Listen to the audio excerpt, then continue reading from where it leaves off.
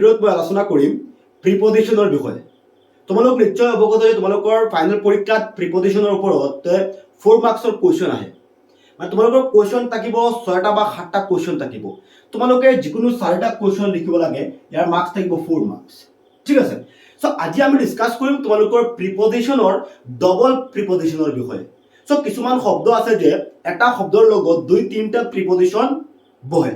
ধৰি লোৱা মেড, চ' মেডৰ লগত অফ বহে, মেডৰ লগত ফ্ৰম বহে।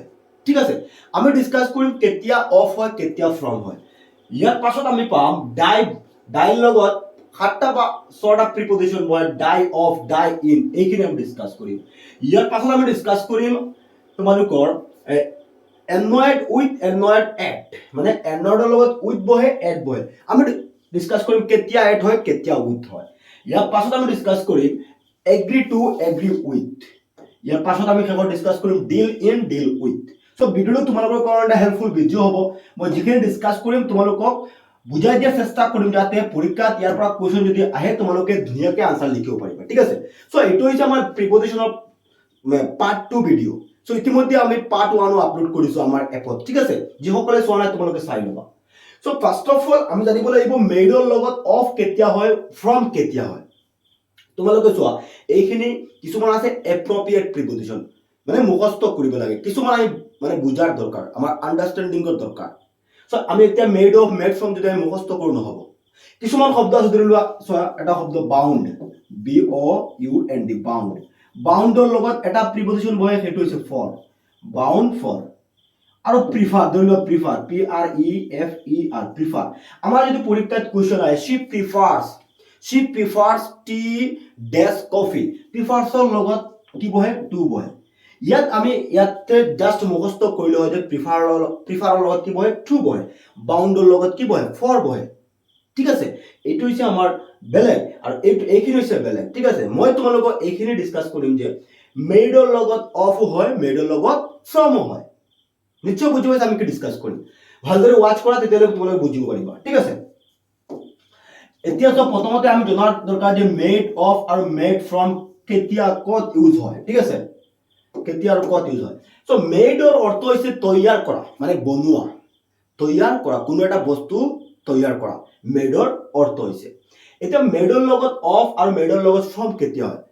ধৰি লোৱা মই তোমালোকক এটা এক্সাম্পল দি আছো, যদি কোৱা হয় কাঠৰ পৰা কি হয়, কাঠৰ পৰা টেবুল বনোৱা হয়। ধৰি লোৱা এইটো হৈছে কাঠ। ঠিক আছে, এইটো হৈছে কি কাঠ, ধৰি লোৱা কাঠ, কাঠৰ পৰা কি বনোৱা হয়, টেবুল, টেবুল বনোৱা হয়।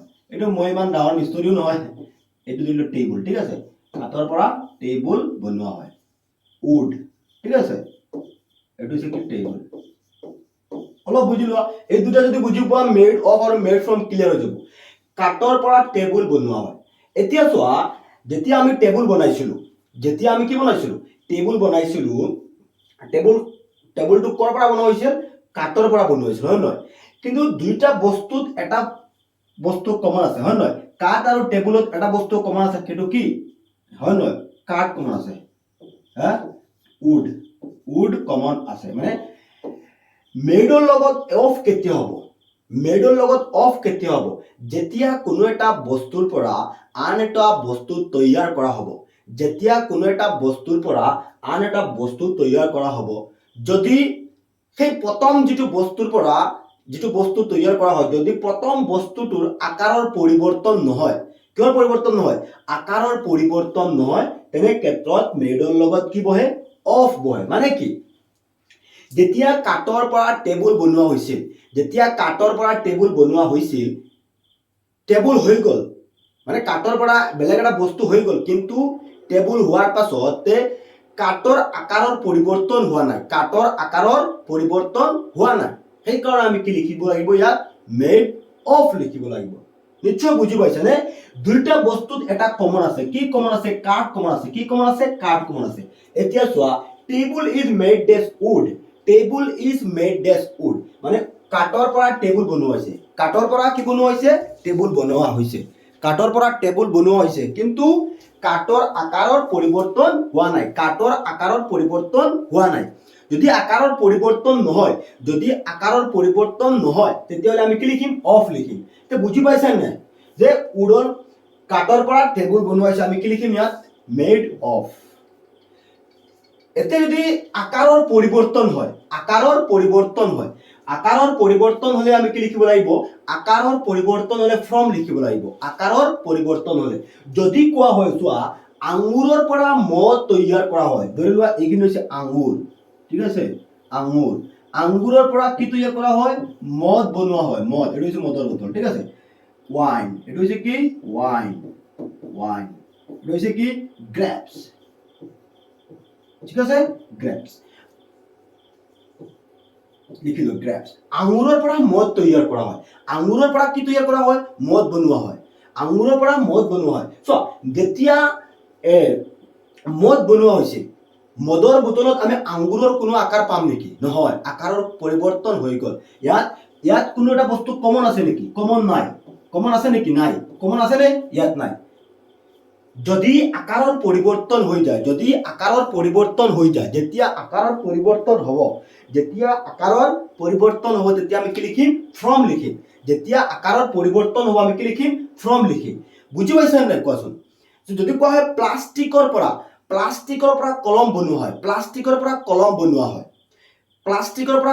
হয় মানে দুইটা বস্তুত এটা কমন আছে সেইটো কি প্লাষ্টিক দুইটা বস্তুত এটা কমন আছে প্লাষ্টিক যেতিয়া আকাৰৰ পৰিৱৰ্তন নহয় তেতিয়া আমি কি লিখিম অফ লিখিম নিশ্চয় বুজি পাইছা এই দুইটা এক্সাম্পল যদি তোমালোকে বুজি পোৱা তেতিয়াহলে মেডৰ লগত অফ কেতিয়া মেডৰ লগত ফ্ৰম কেতিয়া বহে তোমালোকে ধুনীয়াকৈ লিখিব পাৰিবা আৰু মুখস্থ কৰিলে নহব মই আকৌ ৰিপিট কৰি আছো যে কাঠৰ পৰা যেতিয়া কৈছিল টেবুল বনোৱা হয়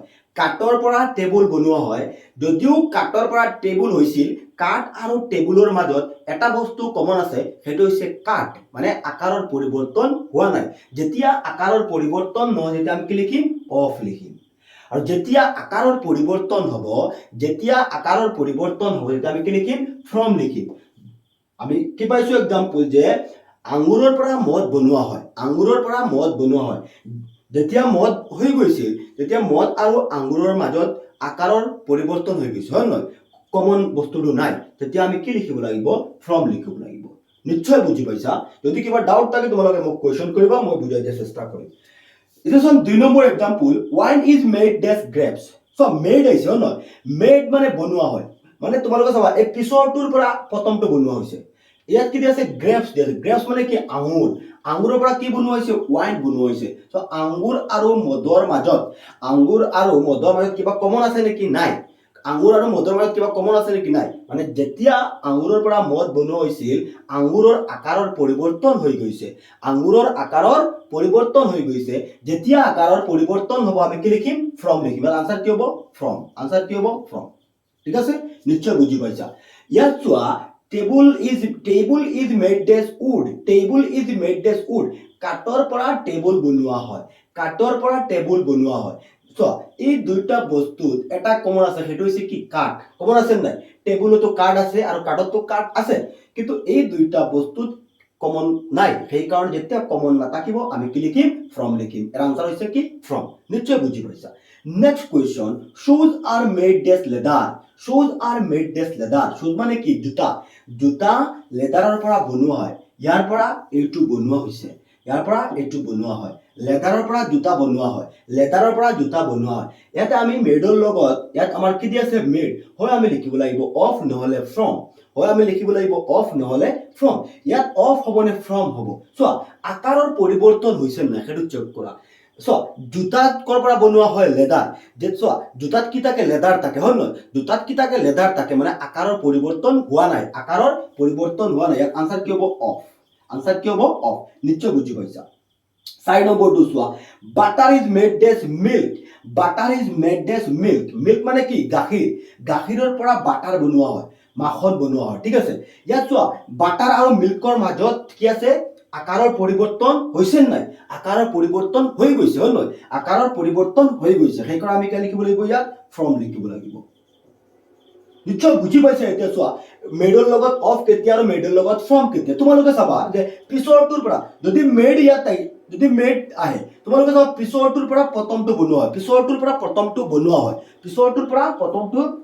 হয় চাবা তোমালোকে এই দুইটা বস্তুত কমন আছে না চাও শুজত কি আছে লেদাৰ আছে লেদাৰতো লেদাৰ আছে সেই কাৰণে অফ মিল্কত মানে গাখীৰত তো গাখীৰ থাকিব, কিন্তু ইয়াত মাটাৰত কি নাথাকে, গাখীৰ নাথাকে সেইকাৰণে কি হৈছে, ফ্ৰম হৈছে। ইয়াত চোৱা গ্ৰেপছ মানে আঙুৰ আৰু মদ দুইটা বস্তু কমন আছে নেকি, নাই, মানে আকাৰৰ পৰিৱৰ্তন হৈছে সেইকাৰণে ফ্ৰম।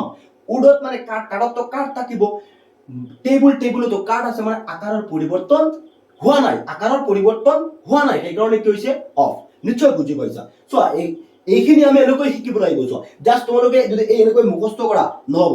ধৰি লোৱা পৰীক্ষাত তোমালোকৰ বেলেগ এটা কুৱেশ্যন আহি গৈছে, মই তোমালোকৰ চাৰিটা দিছো, মই তোমালোকক যদি পৰীক্ষাত আহি গৈছে, the building gate is made ডেছ iron, the building gate is made ডেছ আইৰন, আইৰনৰ পৰা বিল্ডিঙৰ গেটখন বনোৱা হয়। আইৰন মানে কি, লো, ঠিক আছে হয় নহয়, আইৰন।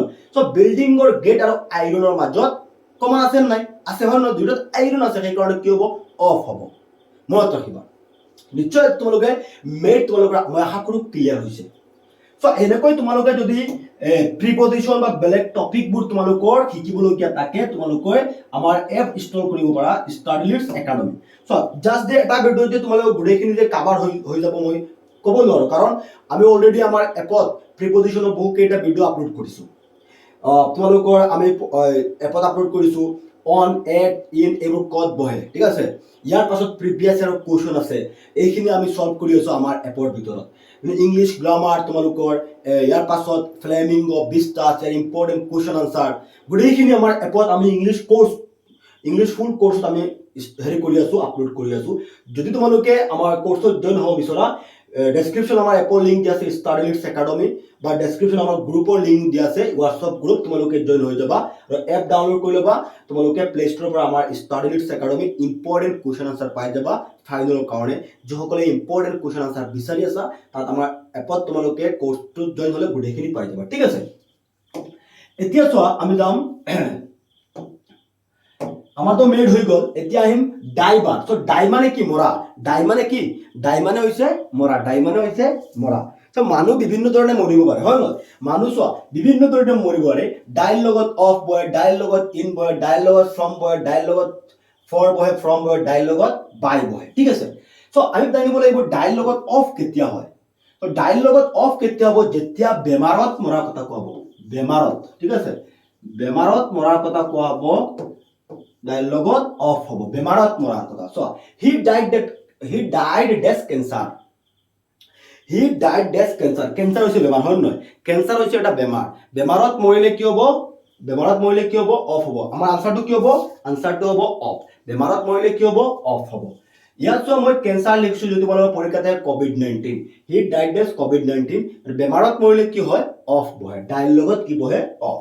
নেক্সট কুৱেশ্যন, ডাইৰ লগত ইন কেতিয়া হ'ব। চ' ডাইৰ লগত ইন কেতিয়া হ'ব, ডাইৰ লগত দুটা কাৰণত ইন হ'ব, মনত ৰাখিবা। এটা হৈছে এক্সিডেণ্টত মৰিলে, দুৰ্ঘটনাত, বা আনটো হৈছে যুদ্ধ ক্ষেত্ৰত মৰিলে। কোনো যুদ্ধ ক্ষেত্ৰত মৰিলে ডাইৰ লগত ইন হয়। তোমালোকে নোটবুকত ধুনীয়াকৈ লিখি লিবা, যে মই ইয়াত অসমীয়াখিনি লিখা নাই, যে ডাইৰ লগত ইন কেতিয়া বহে। ডাইৰ লগত ইন তেতিয়া হ'ব যেতিয়া দুৰ্ঘটনাত, এক্সিডেণ্টত মৰাৰ কথা কোৱা হ'ব, যেতিয়া এক্সিডেণ্টত মৰাৰ কথা কোৱা হ'ব তেতিয়া ডাইৰ লগত ইন, আৰু কোনো যুদ্ধ ক্ষেত্ৰত মৰাৰ কথা বুজালে ডাইৰ লগত ইনো বহে।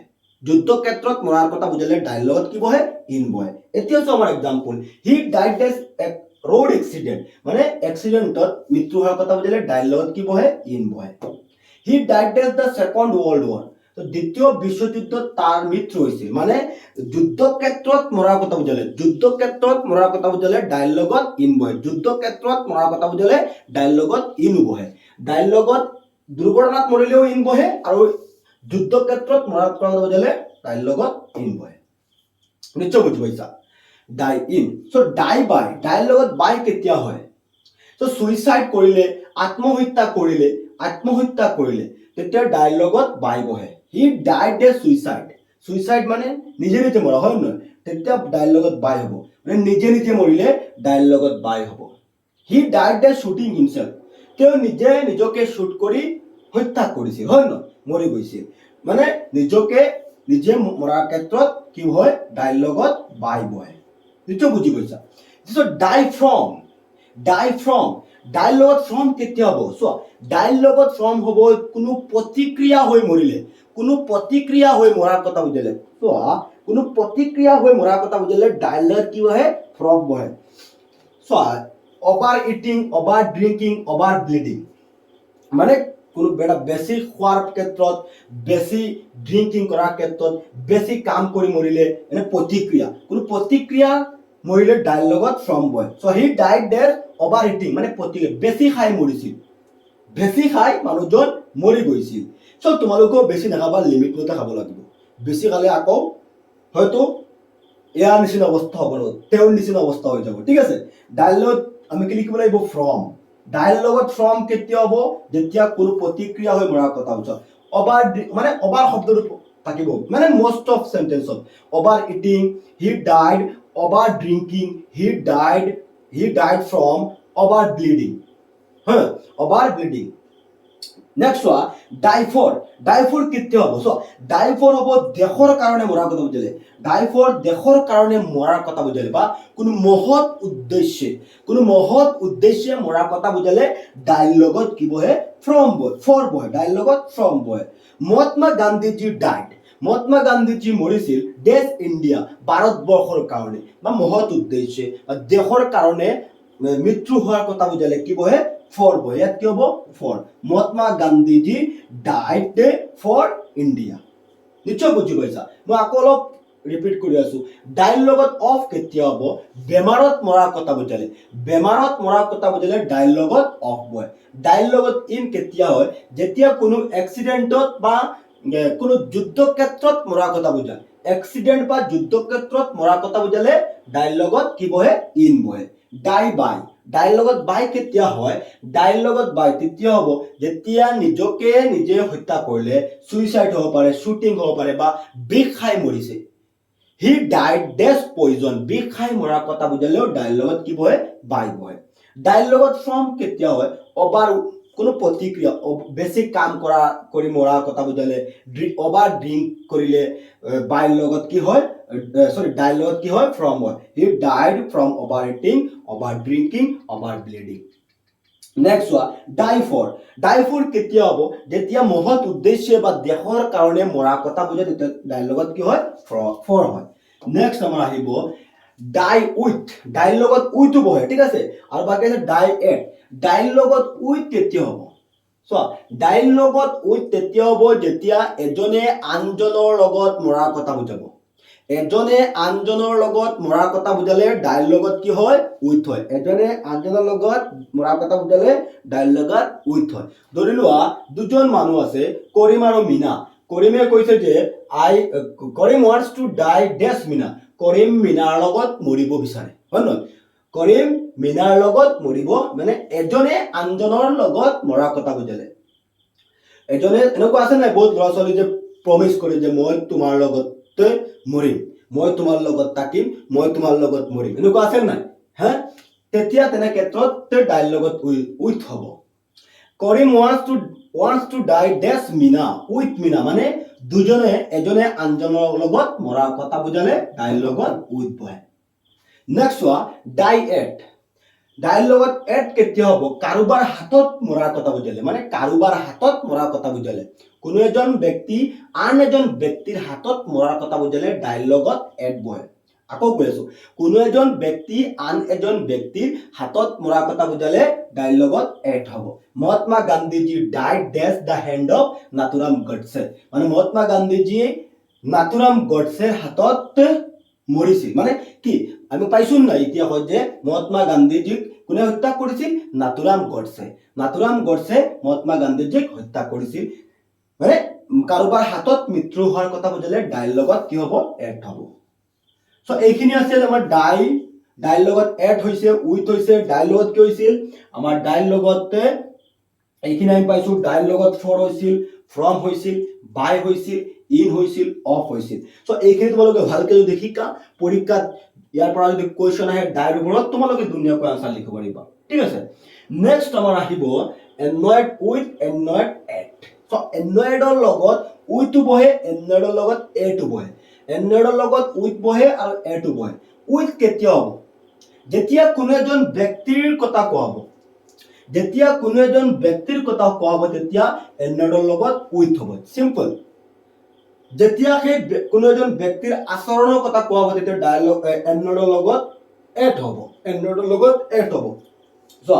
John was annoyed that his sister so annoyed পাছত যদি কোনো এজন ব্যক্তিৰ লগত annoyed হয় ঠিক আছে ব্যক্তিৰ কথা কোৱা হলে তেতিয়া কি হ'ব উইথ হ'ব আৰু ব্যক্তিজনৰ কোনো আচৰণ ইয়াত চোৱা John was annoyed বিৰক্ত কৰা হৈছিল কোনে that his sister ঠিক আছে ইয়াত কি হ'ব আমাৰ উইথ হ'ব ইয়াত কি হ'ব আমাৰ উইথ হ'ব মানে ব্যক্তিৰ কথা কৈছে তাৰ সিস্টাৰৰ কথা কৈছে ইয়াত কি কৈছে He was annoyed at Rita's conduct. মানে ৰিতাৰ আচৰণত তেওঁ বিৰক্ত হৈছিল কাৰোবাৰ আচৰণৰ কথা ক'লে এন্ডৰ লগত কি হ'ব এড হ'ব বুজি পাইছা না এন্ডৰ লগত এড হ'ব মই আকৌ ৰিপিট কৰি আছো যাতে তোমালোকে বুজি পোৱা সো ভিডিওটো মই ৰাতি 2টা বজাত শুট কৰি আছো 2টা বজাত তোমালোকৰ কাৰণে শুট কৰি আছো যাতে তোমালোকে বহুতে মোক কমেন্ট কৰি আছে স্যাৰ ভিডিও কি অলপ দেৰিকৈ আহি আছে কাৰণ বৰ্তমানত লোড শেডিং চলি আছে তো বিদ্যুতৰ বহুত নাটনি মানে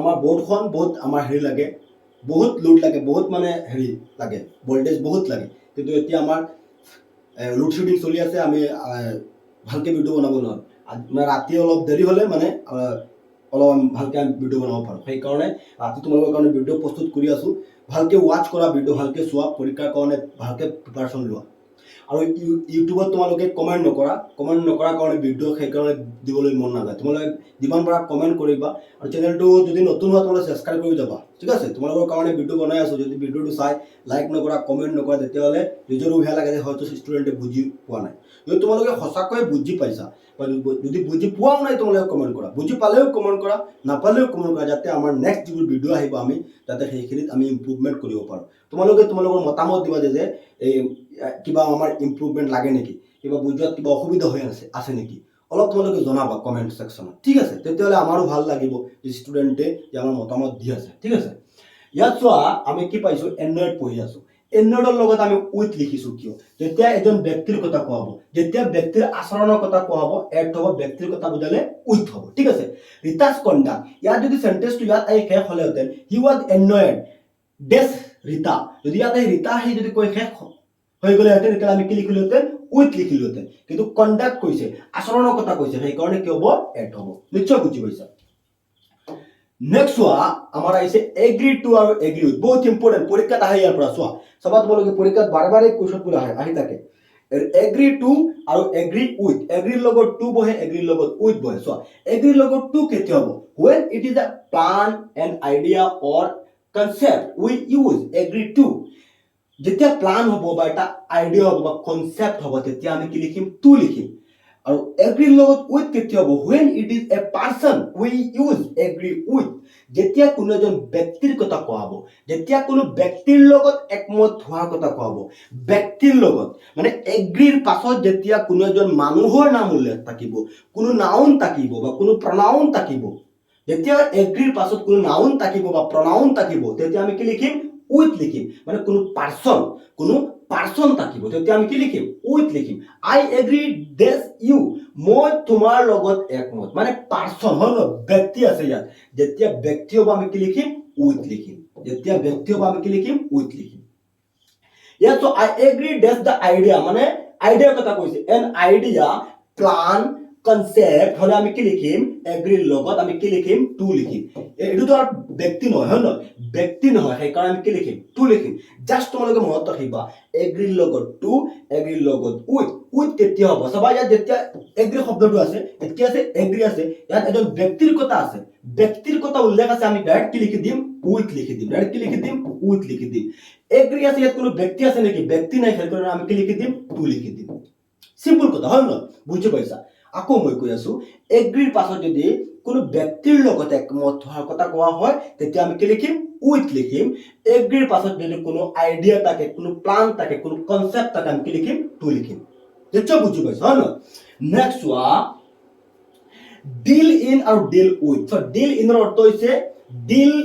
অৰ্থ হৈছে বিজনেস কৰা মানে ব্যৱসায় কৰা বিজনেস কৰা আৰু ডিল উইথ মানে ব্যৱহাৰ আচাৰ আচৰণ ঠিক আছে এইটো হৈছে বিজনেছৰ কথা, ডিল ইন, বিজনেছ কৰাৰ ক্ষেত্ৰত বিজনেছ কৰাৰ কথা বুজালে ডিলৰ লগত কি হয়, ইন হয়। হি ডিলছ ডেছ ৰাইচ, তেওঁ চাউলৰ বিজনেছ কৰে, ব্যৱসায় কৰে, তেতিয়া আমি কি লিখিম, ইন লিখিম। হি ডিলছ ডেছ ইজ ফ্ৰেণ্ডছ নাইচলি, মানে আচৰণ, তেওঁ তেওঁৰ বন্ধু বান্ধৱীৰ লগত ধুনীয়াকৈ আচৰণ কৰে, আচৰণৰ ক্ষেত্ৰত আমি কি লিখিম, উইথ লিখিম, কি লিখিম, উইথ লিখিম। হি ডিলছ উইথ হিজ ফ্ৰেণ্ডছ নাইচলি, হৈছে। সো এইখিনি আছিল আমাৰ আজিৰ ভিডিঅ'ৰ কনচেপ্টখিনি। আই হোপ তোমালোকে বুজি পাইছা। যদি কিবা ডাউট থাকে, কোনো টপিকত তোমালোকৰ কিবা অসুবিধা হৈছে, কোনো এটা হেৰিত বুজাত তোমালোকৰ ডাউট হৈছে, তোমালোকে মোক কমেণ্ট কৰি জনোৱা, মই বুজাই দিয়াৰ চেষ্টা কৰিম।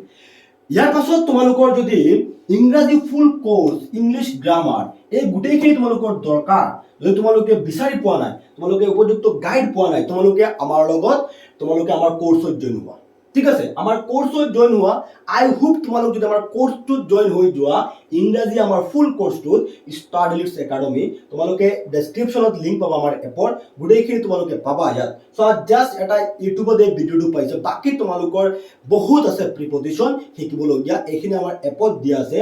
তোমালোকৰ narration, voice change, correct tense, ইয়াৰ পিছত ট্ৰান্সফৰমেশ্যন অফ সেন্টেন্সেছ, ফ্লেমিংগো আছে, বিস্তাৰ আছে, গোটেইখিনি আমাৰ এপত পাবা। তোমালোকে যদি আমাৰ এপ ডাউনলোড কৰা নাই, তোমালোকে আজি ডাউনলোড কৰি লোৱা।